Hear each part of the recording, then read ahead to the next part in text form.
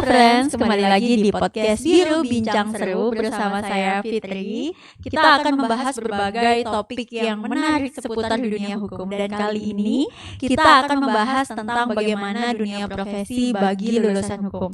Apa aja sih tantangannya dan juga apa aja keterampilan yang harus dimiliki oleh lulusan hukum itu sendiri. Bersama Pak Eri.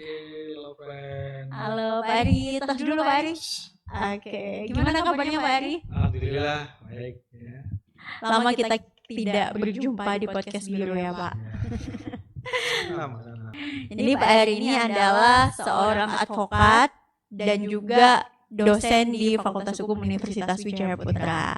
Dan kali ini kita akan bincang-bincang seru bersama Pak Eri terkait tentang apa saja sih karir yang bisa diambil di dunia hukum. Kan orang-orang itu mandangnya hanya yang terkenal ya Pak, cuman advokat aja. Apakah hanya advokat aja sih pilihan karir yang ada di dunia hukum itu? Sebenarnya sarjana hukum ini sekarang menjadi sangat diminati oleh calon mahasiswa ya. Karena hukum itu terkenal luas, tidak hanya terkait dengan hukum ya. Semua bidang itu ada hukumnya kan begitu. Nah,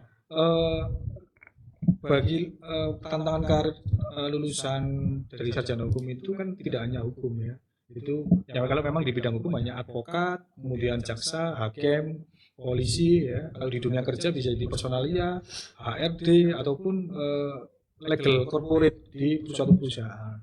Jadi sangat luas ya Pak ya. Jadi tidak hanya pandangannya bukan hanya advokat aja, tapi bisa menjadi di perusahaan pun bisa menjadi, ternyata bisa jadi legal corporate, kemudian legal staff juga bisa ya Pak ya. Bisa. Oke.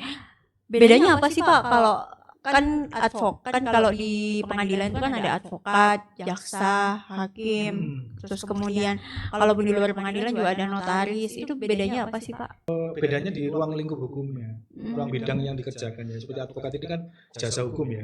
Jasa hukum itu bisa litigasi dan non litigasi. Jadi litigasi itu di pengadilan, kalau non litigasi itu di luar pengadilan, penyelesaian sengketa.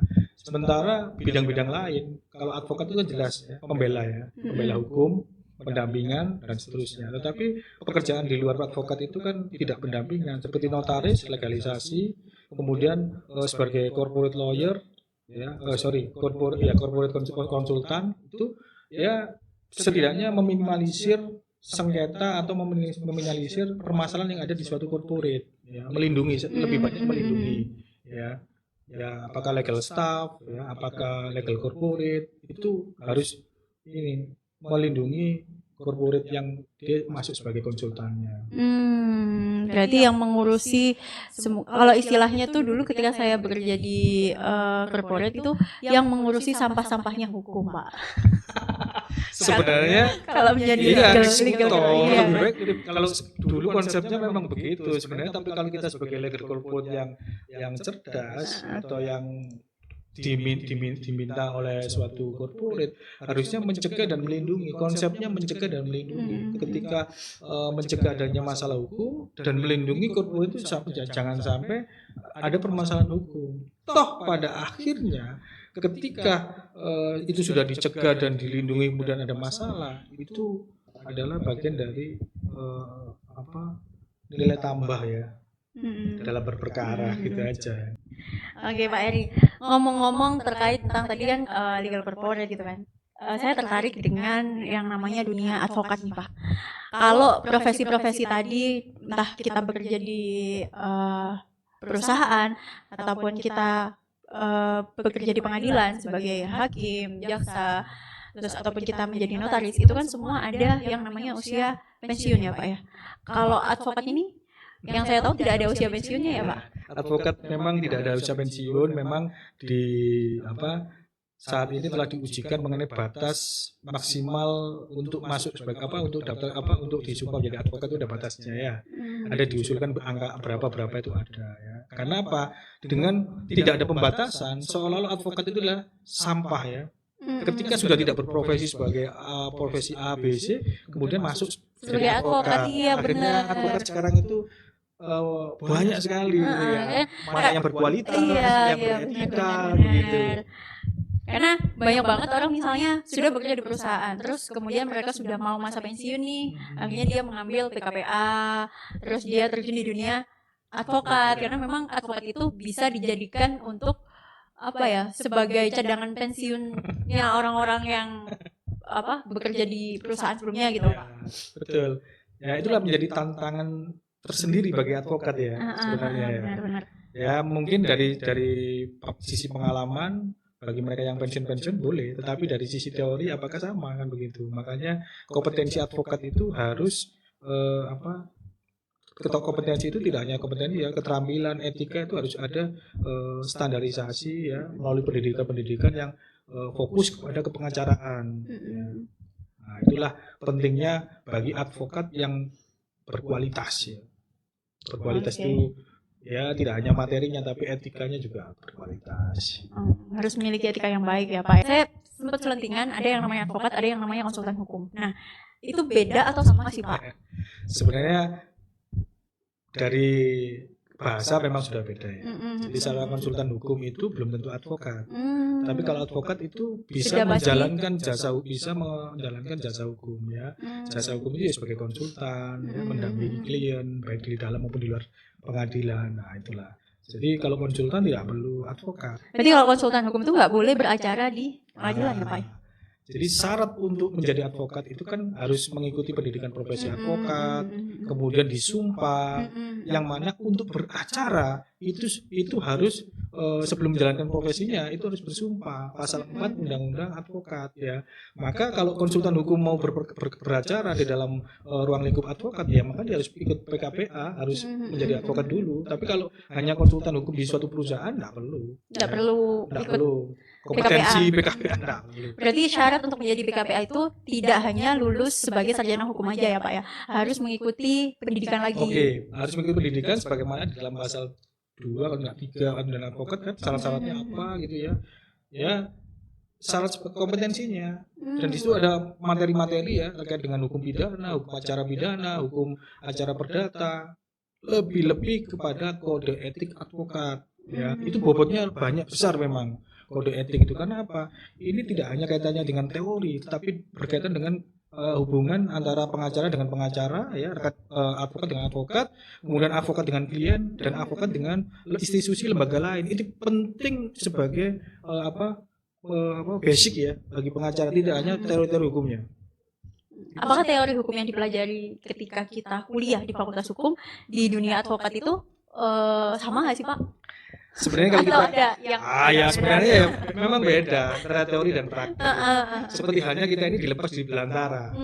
Ya, dilepas di belantara kalau kita nggak punya senjata ataupun nggak punya basicnya ya kita nggak bisa hidup. Sementara kalau kita sudah memiliki basic dasar pendidikan, ya, keahlian, keterampilan, kalau kita sudah dilepas di belantara ya kita bisa survive. Begitu. Learning by doing itu berarti ya Pak. Jadi penting juga di antara teori dengan praktek. Kemudian ya lebih karena fokusnya sarjana hukum itu selain yang berkarir seperti jaksa, hakim, polisi dan karir-karir hukum yang lainnya, advokat kan bebas dan mandiri, dia bekerja sendiri.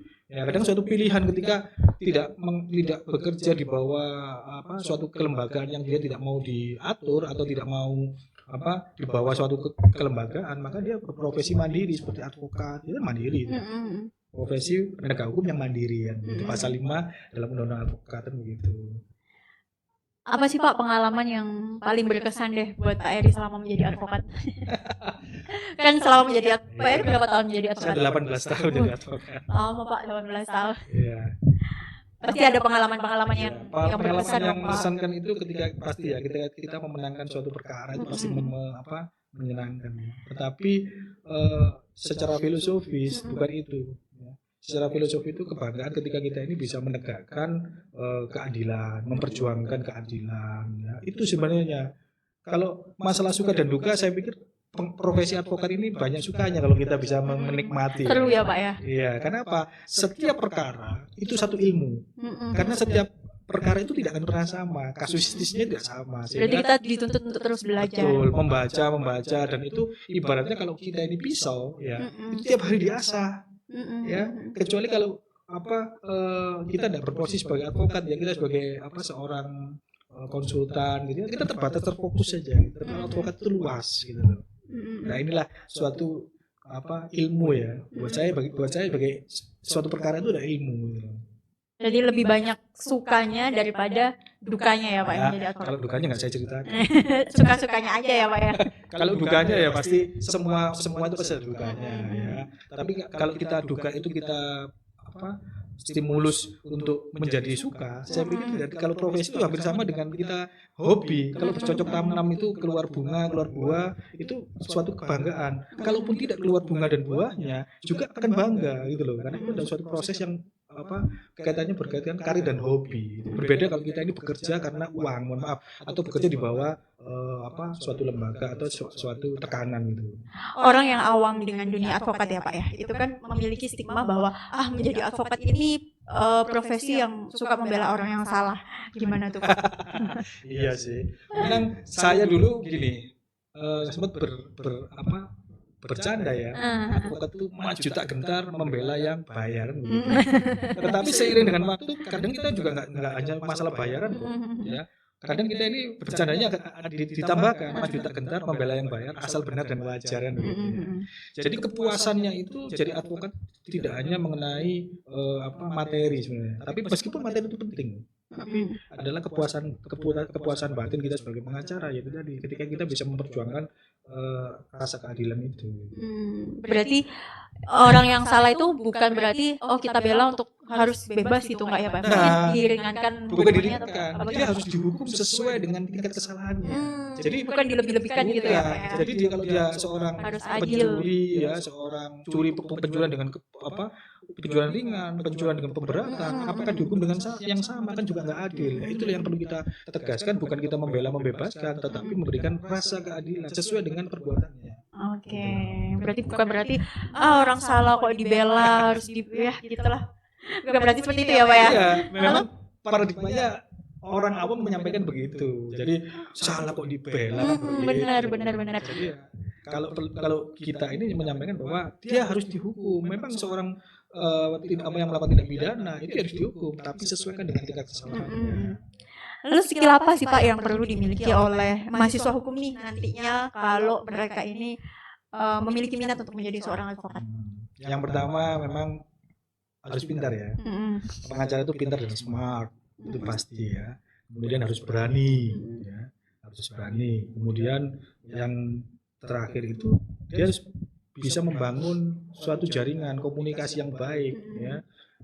Sebenarnya ada satu yang tidak saya sampaikan, tetapi saya pikir masih bisa relevan, yaitu tadi harus bisa membangun komunikasi yang baik dengan kolega, dengan teman, dengan saudara, ya membangun jaringan yang luas gitu ya. Dan itu salah satu kunci. Karena apa? Pengacara ini bebas mandiri. Jadi dia tidak mendapatkan gaji, dia kerja untuk dirinya sendiri. Bagaimana mengenalkan dia sebagai advokat kalau masyarakat tidak tahu kalau dia advokat, kan begitu. Yaitu membangun pergaulan yang luas, komunikasi yang baik, skill yang baik. Kan kalau kita balik dari belakang, maka puncaknya adalah keilmuan itu sendiri. Jadi teori hukumnya harus dikuasai atau materi hukumnya harus dikuasai.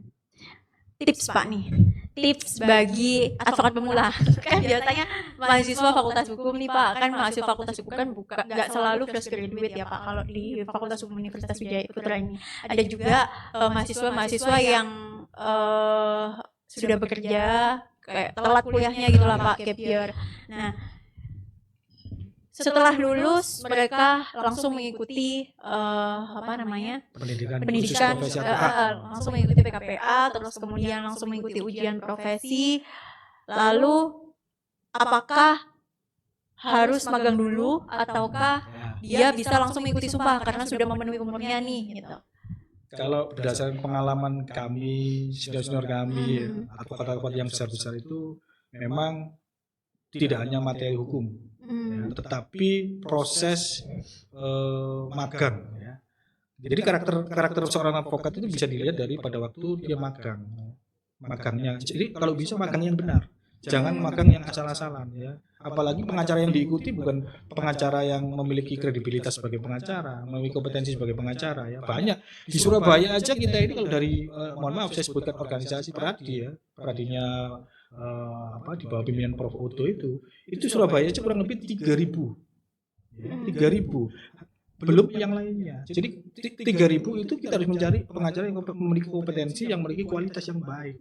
Jadi magang itu adalah suatu proses di mana dia antara praktek dan teori praksis ya. Jadi dia hukum acara ya, terutama hukum acara, kemudian hubungan dengan rekan sejawat, kemudian bagaimana komunikasi yang baik antara rekan sejawat, kemudian dengan klien, dengan lembaga hukum lainnya, gitu loh. Oke. Terakhir nih Pak, tips dong buat mahasiswa hukum, kok tips ya, pesan-pesan untuk law friends yang nonton podcast ini. Gimana nantinya kalau misalnya mereka itu ingin menjadi seorang advokat? Kan profesi hukum banyak nih, tapi yang kita bahas saat ini lebih condong ke advokat karena Pak Eri bekerja sebagai seorang advokat. Jadi pesan saya jadi advokat itu yang pertama pintar ya, kedua jujur. Ya. Karena trust itu yang kita jual ini bukan barang. Ya, yang kita jual ini adalah kepercayaan didasari kepada keahlian kita. Jadi itu yang penting ya. Selain itu kita juga harus beretika ya, hubungan antara rekan sejawat, hubungan dengan klien, hubungan dengan lembaga hukum lainnya itu harus sinergi. Saya pikir itu pesan saya untuk bagi calon advokat ya. Terus saya jangan lupa juga kebetulan di Wijaya Putra ini juga ada pendidikan khusus profesi. Iya, benar. Iya. Jadi di Fakultas Hukum Universitas Wijaya Putra ini buat teman-teman ya yang mau lulus nih dari Fakultas Hukum, menjadi sarjana hukum, mau menjadi seorang advokat, bisa banget ikut PKPA di Fakultas Hukum Universitas Wijaya Putra. Jadi Fakultas Hukum Universitas Wijaya Putra ini mengadakan PKPA, pendidikan khusus profesi advokat. Pelaksanaannya insya Allah di tanggal 2 Mei 2026. Pelaksanaannya secara hybrid. Nanti flyernya akan kita cantumkan di podcast ini ya, di akhir podcast ini. Buat teman-teman yang mau mendaftar bisa langsung kontak ke kontak person yang ada di flyer. Pengajarnya gimana? Pengajar dalam PKPA ini? Pengajarnya tentu saja ada orang-orang yang sudah berkompeten nih Pak. Saya kalau tidak salah dulu pernah saya lihat di flyer yang sebelumnya, apakah masih mengajar seperti Prof. Oto, kemudian ada Prof. Firmanto juga kemarin ya. Banyak kalau saya pernah mengikuti juga ya, ada guru besar, praktisi ya, pengacara yang sudah malang melintang di Surabaya maupun nasional gitu ya. Benar Pak. Nanti terkait tentang narasumbernya, pembicaranya ada di flyer kita, foto-fotonya kita cantumkan. Seru banget lah pokoknya ikut PKPA di Fakultas Hukum Universitas Wijaya Putra ini. Biayanya masih tergolong ya masih standar lah Pak. Biayanya 5 juta untuk pendidikannya, 500.000 untuk biaya formulir, dan untuk biaya pendidikannya ini bisa dicicil, bisa diangsur sebanyak 4 kali sampai menjelang pendidikan PKPA tersebut dilaksanakan gitu. Oke, halo friends. Mungkin cukup itu aja perbincangan kita hari ini, bincang seru kali ini bersama Pak Eri. Terima kasih banyak Pak Eri, tos dulu. Terima kasih banyak. Bye bye halo friends. Sampai jumpa di podcast Biro selanjutnya.